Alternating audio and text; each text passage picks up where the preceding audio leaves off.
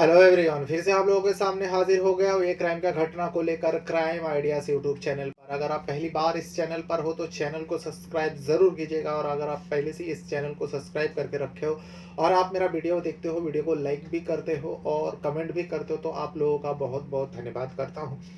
आज मैं फिर से एक कहानी को सुनाने के लिए आया हूँ। ये घटना जो है, कहानी नहीं बल्कि रियल सच्ची घटना है, जो इस चैनल पर आप लोगों को बताता हूँ। तो आज भी एक ऐसी घटना सामने आया है जहां पर एक 29 वर्षीय लड़का होता है। अब उसके शादी का उम्र हो गया था। वो अपने ही गांव में एक स्कूल चलाया करता था। उस स्कूल में पहली से लेकर 8वीं तक बच्चे लोग पढ़ाई करते थे। लेकिन वो लड़का जो 29 साल का हुआ था, लेकिन उसका शादी नहीं हो रही थी। शादी में अड़चना आ रही थी, अब उसी के माँ के वजह से। तो लड़का बहुत परेशान था।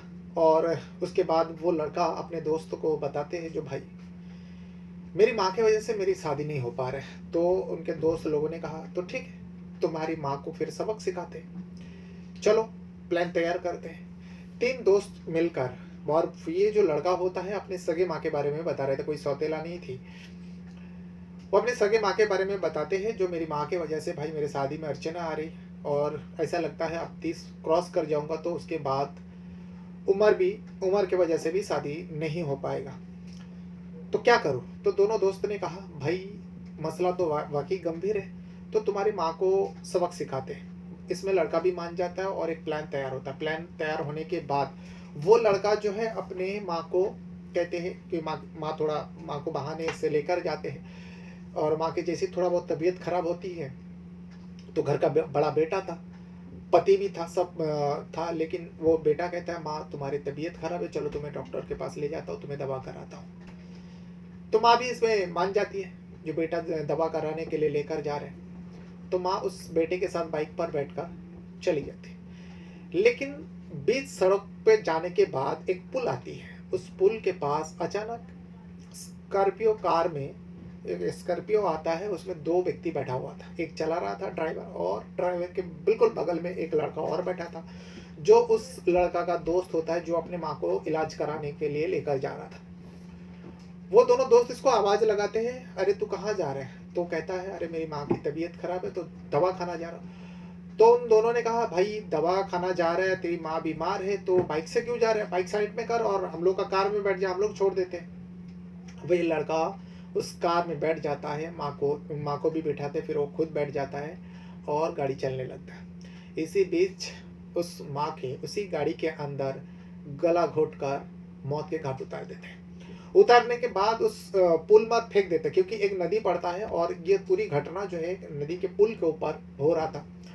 अब जब माँ के गला घोट देते हैं, उस पुल के किनारे पे फेंक देते हैं, तो दिखता है कि माँ के सांसें चल रही, वो हिल रही है। तभी जो है उस बेटे ने कहा, एक काम कर, अपने वो दोनों दोस्त को, जो स्कॉर्पियो में बैठा पहले से ही था, वो दोनों दोस्त को कहता है, भाई अभी भी ये जिंदा है मेरी माँ, तो इसके ऊपर से गाड़ी चढ़ा दे। वो दोनों दोस्त जो है उस औरत के 45 साल उम्र होता है, उस औरत के ऊपर कई मरतबा गाड़ी चढ़ाते हैं, चढ़ा कर लेकर जाता है, फिर रिवर्स लेता है, फिर चढ़ा देता है, और उस महिला के मौत हो जाता है और लहू लुहान हो जाता है। उसके बाद ये तीनों वहां से फरार हो जाते हैं, अपने अपने घर चले जाते हैं। लेकिन इस महिला को जिस जगह पर मारा गया था कोई नहीं पहचानता था। लेकिन इस घटना के 2 दिन बाद उस महिला के बारे में पता चलता है, जो महिला कहाँ का रहने वाली है, क्योंकि उसका पति, मरने वाला महिला के पति ने अपने पति को ढूंढ रहा था। तभी जाकर एक ऐसी सच्चाई सामने आया, पुलिस को भी पता चला और पुलिस तफ्तीश की। तब वो ये पूरा सच्चाई सामने आया, जो बेटे ने अपनी ही माँ को मौत के घाट उतारा। लेकिन क्यों उतारा? जब पुलिस के सामने पूरा सच्चाई बयान किया, तो हर किसी का होश उड़ जाता है। तो आज मैं आप लोगों को इसी घटना के बारे में बताने जा रहा हूँ। घटना जो है उत्तर प्रदेश का इटावा डिस्ट्रिक्ट का है, और इटावा डिस्ट्रिक्ट में एक पुल आता है, यमुना नदी का पुल। और इसी यमुना पुल के ऊपर जो है 28 जुलाई 2025 की बात है, यानी कुछ दिन पहले की बात कर रहा हूँ। 28 जुलाई को रात के वक्त एक महिला को मौत के घाट उतार दिया जाता है। उसके बाद 29 जुलाई के सुबह सुबह पुलिस वाले को खबर लगती है, इटावा पुलिस को। इटावा पुलिस वहां पर पहुंचते हैं, बॉडी को कब्जे में लेता है, मुआयना करता है, तो देखते पहली नजर में लगा जो महिला के एक्सीडेंट से मौत हुआ। लेकिन इतने रात को हुई है और भी पुल के ऊपर, कोई पुल के ऊपर तो ऐसे पैदल तो वो जाते नहीं, और अगर जाएंगे भी तो इतने रात को क्यों आएंगे, वो भी एक महिला। तो पुलिस को लगा इसे मारा गया, भले ही एक्सीडेंट का रूप देने की कोशिश किया गया, जो भी मारने वाला होगा या मारकर यहाँ पर लाया, फिर उसके बाद इस महिला के साथ एक्सीडेंट करवाया होगा। पुलिस को पहले ही लगा। पुलिस फिलहाल तो बॉडी को कब्जे में लेता है, पोस्टमार्टम के लिए भेज देता है और उस जगह पर तफ्तीश करने लगता है, कुछ ऐसा सबूत मिले, लेकिन महिला के आसपास कोई सबूत नहीं मिलती। अब सीसीटीवी खंगालते हैं। जब पुलिस सीसीटीवी खंगालता है तो खंगालते खंगालते एक गाड़ी दिखाई देता है, जो वही स्कॉर्पियो होता है। तो इसीलिए पुलिस का डाउट हुआ उस स्कॉर्पियो के ऊपर, लेकिन ये कोई पुख्ता सबूत नहीं था। अब एक कई सारे गाड़ी जा रही आ रही, तो इसमें पुलिस के नज़र में तो बहुत सारे गाड़ी आती है, लेकिन उस स्कॉर्पियो को पुलिस ने आइडेंटिफाई किया जो यही गाड़ी हो सकती है, और उस महिला के मोबाइल भी वहाँ पर मिलती है पड़ा हुआ। उस महिला के मोबाइल का कॉल डिटेल खंगालते हैं, जो लास्ट कॉल किससे हुई, किससे बातें हुई, लेकिन लास्ट कॉल काफ़ी समय पहले हुआ था। तो इसीलिए उस कॉल का जब डिटेल चेक करता है तो पता चलता है संजय शर्मा करके एक है, उसके नंबर होता है। अब ये संजय शर्मा कौन है? संजय शर्मा के बारे में पता लगाता है, उनका नंबर का पूरा डिटेल निकालता है, तो ये भी पता चलता है जो संजय शर्मा जो है आगरा के जोधपुर डिस्ट्रिक्ट का रहने वाला होता है। अब आगरा के जोधपुर डिस्ट्रिक्ट जिस जगह का रहने वाला होता है संजय उस पुलिस ढूंढते हुए उस जगह पर जाते हैं, और जाने के बाद इस महिला के बारे में बताते हैं, जो एक महिला की लाश मिली है हम लोगों को यमुना पुल के ऊपर, और ये 28 जुलाई की मिला था रात को, और हम लोग को 29 जुलाई को सुबह सुबह इस बॉडी के बारे में पता लगा। तो हम लोग तफ्तीश करते हुए उनके मोबाइल पर आपके नंबर मिला और पूरा डिटेल निकल कर आपके घर तक आए। तो संजय शर्मा कहता है हाँ, वो जो मरने वाली महिला है, जिस महिला के बॉडी मिला आप लोगों को, उनका नाम है यशोदा देवी शर्मा। यशोदा देवी शर्मा जो है 45 साल का होती है। तो संजय शर्मा को पूछा जाता है, जो आपके पत्नी इतने रात को उस पुल पर क्या करने गई थी, किसके साथ गई थी, क्यों गई थी? संजय शर्मा इसमें साफ साफ इनकार कर देते, जो देखिए आप लोगों से गलतफहमी हुई है, भले ही वो मेरी पत्नी है, लेकिन अब वो मेरे साथ नहीं रहती, बल्कि 10 सालों से वो मुझसे अलग रह रही है। पुलिस समझा नहीं। तो पुलिस ने पूछा अलग रह रही है मतलब आपकी पत्नी है? तो संजय शर्मा कहता है जो वो मुझे छोड़कर मेरे ही गांव का एक व्यक्ति है जिसका नाम है राम निवास, उससे शादी कर लिया, करीब 10 साल हो गया। तो पुलिस ने पूछा फिर तुम्हारे नंबर उसके मोबाइल पर? तो कहता हाँ, मेरा नंबर इस वजह से है क्योंकि मेरे जो पत्नी यशोदा देवी शर्मा थी, उस टाइम हम दोनों के बीच में 2 बच्चे भी थे। जब वो मेरा पत्नी थी, हम दोनों का 2 बच्चे थे। वो दोनों बच्चों से बात करने के लिए कभी कभार मेरे नंबर पे फ़ोन करती, कॉल करती, और मेरे दोनों बच्चों से बात करते, खास करके छोटा वाला बेटा से, दोनों बेटा है, छोटा वाला बेटे से वो बात करने के लिए फ़ोन करती है, बस इतना ही है। तो गांव वाले ने भी बताया पुलिस वाले को, जो हाँ संजय शर्मा जो भी कह रहा है सच कह रहा है, वो महिला ठीक नहीं थी। संजय शर्मा तो बहुत ही भोला सीधा साधा इंसान था। 2 बच्चों को छोड़ने के बाद वो महिला जो है, देखिए ना, हमारे गांव का एक व्यक्ति से, राम निवास नाम है, उससे शादी कर लिया। तो पुलिस को डाउट हुआ संजय शर्मा के ऊपर, जो हो सकता है जलन के वजह से अपनी पत्नी को मार दिया या मरवा दिया होगा। पुलिस के रेडार में संजय शर्मा आ जाता है, लेकिन राम निवास से भी पूछताछ करता है। राम निवास भी तहरीर देता है, जो हाँ साहब ये तो मेरा पत्नी है, अभी पिछले 10 सालों से मेरे साथ है, हम दोनों ने शादी किया, लेकिन संजय शर्मा से हमारा कोई दुश्मनी नहीं है। और संजय शर्मा को जब छोड़कर उसने मेरे साथ शादी किया तो संजय शर्मा को कोई ऐतराज नहीं हुआ। 10 साल बीत चुके हैं और 10 सालों में कभी ऐसा हमें लगा ही नहीं जो संजय शर्मा उसका जान ले सकता है। तो राम निवास ने संजय शर्मा का पक्ष लेते हुए बताया, तो पुलिस हैरान हो जाता, फिर इस महिला को मारने वाला कौन है, क्यों मारेगा, किसके साथ दुश्मनी थी, कौन बदला ले सकता है? दोनों पति यहाँ पे तहरीर दे रहे हैं। तो उस टाइम जो है राम निवास कहता है, साहब 2 दिन पहले जो है, जो मेरी पत्नी का पहले वाले पति से यानी संजय शर्मा से जो बेटे थे दोनों, जो बड़ा वाला बेटा है जिनका नाम है कौशल शर्मा, जो है मेरी पत्नी का तबीयत थोड़ा बहुत खराब थी। कौशल जो है अपनी माँ को दवा कराने के लिए वो अपने साथ लेकर गए थे, और अक्सर जाया आया करते थे, माँ बेटे का रिश्ता था, कभी झगड़ा विवाद तो हुआ नहीं, तो इसीलिए अक्सर चली जाती थी, बेटे के साथ इधर उधर चली जाती थी। तो हमने भी कभी रोकने की कोशिश नहीं किया, जो माँ बेटे के रिश्ते में क्या हम टोकम टकी करें, तो इसीलिए वो जब 2 दिन पहले मेरी पत्नी का थोड़ा तबीयत नरम थी, तो कौशल ने कहा चलो माँ तुम्हारा दवा करा देता हूँ, तुम्हारी तबीयत खराब है। वो अपने बेटे कौशल के साथ दवा कराने के लिए चली जाती है, लेकिन उसके बाद से ही वो घर लौटी नहीं। लेकिन कौशल गाँव में ही था। मैंने पूछा, जो कौशल तू अपने माँ को लेकर दवा कराने गया था, तो तेरी माँ कहाँ है? वो तो आई नहीं। तो कौशल इसमें कहता है मुझे नहीं पता, मैं तो घंटा भर में उनको गाँव में छोड़ दिया, फिर उसके बाद मैं स्कूल चला गया, क्योंकि वो स्कूल में गाँव में स्कूल चलाता है और वो टीचर भी है वहाँ पे। तो पुलिस ने पूछा क्या कौशल कुछ कर सकता है आपके पत्नी के साथ? तो रामनिवास में कहता नहीं, वो कैसे कर सकता है, उसका तो सगे माँ है। पुलिस भी हैरान हो जाता है, एक महिला की मौत हो जाती है इस तरीके से, और पोस्टमार्टम की रिपोर्ट से पता चला पहले उस महिला के गला घोटा गया, सांसें चल रही थी, फिर उसके बाद उसके ऊपर गाड़ी चढ़ाया गया, जिसकी वजह से इस महिला की मौत हुआ। यानी साफ साफ मर्डर है। तो मर्डर कौन कर सकता है? तो इस पर जो है पुलिस खबरी को लगा देते हैं, खबरी को एक्टिव कर देते हैं, और वो जो गाड़ी दिखाई दिया था पुलिस वाले को सीसीटीवी में, उस गाड़ी के बारे में पता लगवाने की कोशिश करता है, जो गाड़ी किसका है। गाड़ी अगर पता चल जाएगा, क्योंकि पोस्टमार्टम से भी पता चल गया जो गाड़ी चढ़ाने की वजह से उनकी मौत हुआ, यशोदा देवी शर्मा का, उस गाड़ी के बारे में पता चलता है। और जैसे ही पता चला तो पुलिस वाले गाड़ी वाले के पास पहुंचता है, और वो गाड़ी वाला कोई और नहीं, कौशल का दोस्त होता है। अब पुलिस को मामला समझ में आ गया। अब उन दोनों को उठाने के बाद जब पूछताछ करता है, तब वो दोनों सच्चाई बता देते हैं, जो सब इसमें हमारा कोई गलती नहीं, कौशल खुद अपने माँ को मारना चाहता था। हम लोगों से पूछने के बाद हम लोगों ने उसे आइडिया दिया और इस क्राइम में साथ में किया। हम तीनों ने मिलकर ही कौशल के माँ को, यानी यशोदा देवी शर्मा का मौत के घाट उतारा। जैसे पुलिस वाले को ये तहरीर मिल जाती है, उसके बाद पुलिस वाले आते हैं गाँव में और कौशल को उठा लेते हैं। कौशल को अपने स्कूल से उठा लेते। उठाने के बाद तीनों दोस्तों से, यानी कौशल और कौशल के दोनों दोस्त से पूछा जाता है कि भाई आप सच बता दो, आखिर क्यों 10 साल बाद ही अगर तुम बदला ही लिया, खुन्नस था, तुम्हारे पिता को छोड़ दिया, जैसे कि गांव से सुनने को मिला जो औरत अच्छी नहीं थी, यानी तुम्हारी माँ अच्छी नहीं थी, तो फिर 10 साल बाद क्यों? तो कौशल इसमें एक छोटी मोटी कहानी सुनाता है।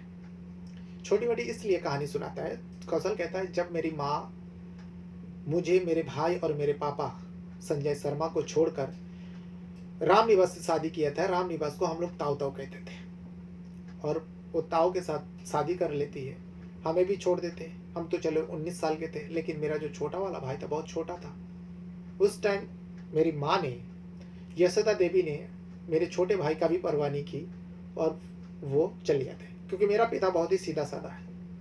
और सीधा साधा इसलिए है, पुलिस भी सोचता है हाँ वाकई संजय शर्मा जो है उसका पहला पति यशोदा देवी का वाकई सीधा साधा है।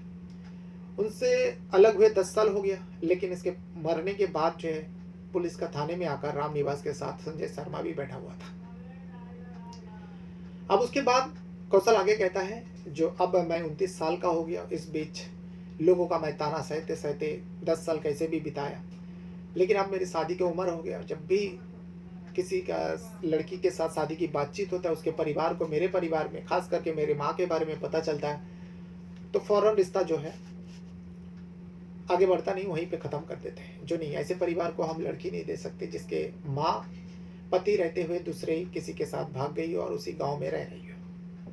एक नहीं, कई सारे रिश्ता आया और वो रिश्ता टूट गया। इस वजह से मैं बहुत परेशान था। मैं स्कूल चलाता था और उसमें बच्चे लोगों को पढ़ाता था, लेकिन कुछ दिनों से जो है मेरा माइंड काम नहीं कर रहा था। और वैसे ही लोग गांव के ही फुसफुस आते थे, जो देखो जैसा बाप सीधा साधा है वैसा लड़का भी वैसे ही निकला। माँ ने इतना गलत काम किया, कोई किसी ने एक्शन नहीं लिया, बस आराम से ज़िंदगी जी रहे। आप देखो छोटा वाला बेटा भी धीरे धीरे बड़ा हो रहा है, उसको भी कोई फ़र्क नहीं पड़ेगा। माँ दूसरे किसी व्यक्ति के साथ रह रही है और उसी गाँव में रह रहे बेशरम लोग हैं सब। ये सब कौशल को ताना सुनने को मिलता। कौशल बहुत उलझन में पड़ गया था, बहुत परेशानी में वो जी रहा था। इसीलिए कौशल जो है अपने 2 दोस्त के साथ इस बात को डिस्कस करता है, जो देख भाई अब तो यार जीने का कोई मकसद ही नहीं है, जीने को मन ही नहीं करता। मेरी माँ की वजह से जो है बहुत बदनामी हो रही है यार। मेरा पापा का छोड़, मेरा पापा तो एकदम सीधा भोला इंसान है, उन्हें कुछ फ़र्क ही नहीं पड़ता जो कोई कुछ भी कहे। लेकिन मेरी माँ की वजह से मेरा तो रिश्ता भी नहीं लग रहा है। अब मैं 29 साल का हो गया हूँ, अब मुझे नहीं लगता जो मेरे शादी भी हो पाएगी। जो भी रिश्ता लगता और मेरे माँ के बारे में पता चलता तो फौरन जो है रिश्ता खत्म कर देते। तो दोनों दोस्त कहता है भाई तो फिर तुझे तो बदला लेना चाहिए तेरी माँ से, तेरी माँ को सबक सिखाना चाहिए। भले ही मैं मानता हूँ जो अंकल यानी संजय शर्मा के बारे में बता रहे, तेरा पिता बहुत सीधा है, वो कुछ नहीं किया, वैसे ही जाने दिया, लेकिन तुझे तो अब तेरा क्या गलती है इसमें, तू क्यों भुगतेगा तेरी माँ की गलती, तो तू तेरे माँ को सबक सिखा और तेरे साथ हम दोनों हैं। वो दोनों दोस्त जो है कौशल को कहता है जो तू अगर तेरे माँ को सबक सिखाएगा तो हम दोनों तेरे साथ है, तेरा साथ देंगे। एक प्लान तैयार होता है। प्लान ये होती है जो कौशल अपने माँ को मार देंगे अपने ही हाथों से, लेकिन कैसे। तीनों दोस्त बैठते हैं और बैठने के बाद एक फैसला करते हैं और फैसले के मुताबिक कौशल को कहता है जो किसी भी तरीके से तू तेरे माँ को जो है गांव से बाहर लेके आया और उसके बाद हम लोग देख लेंगे, और मौका मिल जाता है। जब कौशल को पता चलता है उसकी माँ यानी यशोदा देवी को थोड़ा बहुत तबीयत खराब हुआ, तो कौशल से बातचीत होती थी, गांव का ही था, पड़ोसी ही था। तो कौशल ने अपने माँ से पूछा जो माँ तुम्हारी तबीयत खराब है, तुमने दवा क्यों नहीं कराया। तो यशोदा देवी ने कहा बेटा हाँ दवा तो करा रही हो लेकिन ठीक नहीं हो रहा है, 2-1 दिन में ठीक हो जाएगा। तो कौशल कहता नहीं माँ, बीमारी को ऐसा नहीं ढीलापन नहीं करते, चलो मैं तुम्हें लेकर जाता हूँ। और ये पहली बार नहीं था, इससे पहले भी कौशल कई मरतबा अपने माँ को लेकर कुछ जरूरत पर गए हैं। तो 28 जुलाई को भी अपने माँ को लेकर वो दवा कराने के बहाने माँ भी चली जाती है, कोई फर्क नहीं पड़ता। राम निवास भी कोई डाउट नहीं करता, किसी को कुछ शक नहीं होता। ये माँ बेटे का रिश्ता था और एक बेटा माँ को लेकर जा रहा है और ये पहली बार नहीं था। तो कौशल के साथ यशोदा देवी शर्मा चली जाती है दवा कराने के लिए। और वही जो यमुना पुल आते हैं उस पुल में वो जब बाइक पर जा रहा था अपने माँ को लेकर, जब बाइक से जा रहा था लोकेशन भेज दिया जो भाई इतना वक्त पर हम लोग, मैं और मेरी माँ इस पुल पर रहेंगे। तो तभी जो है वो दोनों दोस्त स्कॉर्पियो से आता है और पीछे से आवाज़ देता है कौशल कहाँ जा रहे हैं। तो कहता है मेरे माँ की तबीयत खराब है, मैं दवा कराने जा रहा हूँ। ये सब प्लान के तैयार हो रहा था लेकिन यशोदा देवी को कुछ नहीं पता। तो दोनों दोस्त कहता है अरे बाइक से कहाँ जा रहे हैं, तो एक काम कर गाड़ी में बैठ जा।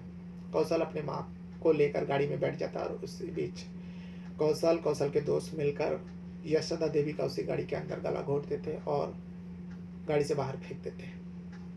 रात के वक्त था, पुल पूरा खाली थी। फेंकने के बाद इन लोगों को लगा रहे वो तो हिल रही है, यानी मरी नहीं है वो यशोदा। तभी कौशल कहता है भाई मरी नहीं तो मार डालते हैं, चलो। अब गला नहीं घोटते, गला घोट कर जब जमीन पे पटका उनके आधा जान तो निकाल चुके थे। स्कॉर्पियो को पीछे करते हैं, रिवाज लेते हैं और यशोदा देवी जो पड़ी हुई थी उसके ऊपर चढ़ा देते हैं। एक बार नहीं कई बार तवा चढ़ाते, रिवाज लेते, फिर चढ़ाते, रिवाज लेते, फिर चढ़ाते और मौके पर ही यशोदा देवी का मौत हो जाता है। उसके बाद ये तीनों वहाँ से अपने अपने घर चले जाते हैं। फिर जहाँ पर बाइक खड़ी की थी वहाँ पर कौशल को उतार देता है, कौशल अपने बाइक लेकर घर आ जाते हैं जैसे कुछ हुआ ही ना हो। ये पूरा घटना जो है कौशल ने पुलिस वाले को बताया। पुलिस वाले को बताने पर और दोनों दोस्त को भी हिरासत में ले लिया। पुलिस भी हैरान हो जाता है और उसके बाद ये दोनों पिता, एक तो राम निवास पिता तो नहीं था, वो पति था यशोदा देवी का, लेकिन जो संजय शर्मा है यानी कौशल का पिता और उस यशोदा का एक हस्बैंड, उनको तो यकीन ही नहीं हुआ जो मेरा बेटा ऐसा कर सकता। और गांव वाले को भी यकीन नहीं हो रहा था जो कौशल इतना शांत लड़का अपने ही माँ को अपने हाथों से मौत के घाट उतार सकता है। तो ये था वो पूरा कहानी। अपने साथ साथ अपना परिवार का भी बहुत ज़्यादा ख्याल रखिएगा। इस वीडियो को यहाँ तक देखने के लिए आप लोगों का बहुत बहुत धन्यवाद करता हूँ। Thank you very much. Satyaveer और उनके साथियों ने महिला की हत्या को एक्सीडेंट के रूप में करते हुए उन्हें सड़क पे गिराया, गाड़ी को बैक करते हुए 2-3 बार किया और इनका प्लान था कि ये एक अज्ञात महिला की एक्सीडेंटल डेथ के रूप में हम लोग दिखाने में सफल हो जाएंगे। लेकिन थाना पुलिस जसवंत नगर क्षेत्राधिकारी के नेतृत्व में लगातार सर्विलांस एसओजी की टीम ने काम किया और इस प्रकार से एक अज्ञात हत्या का पर्दाफाश हुआ।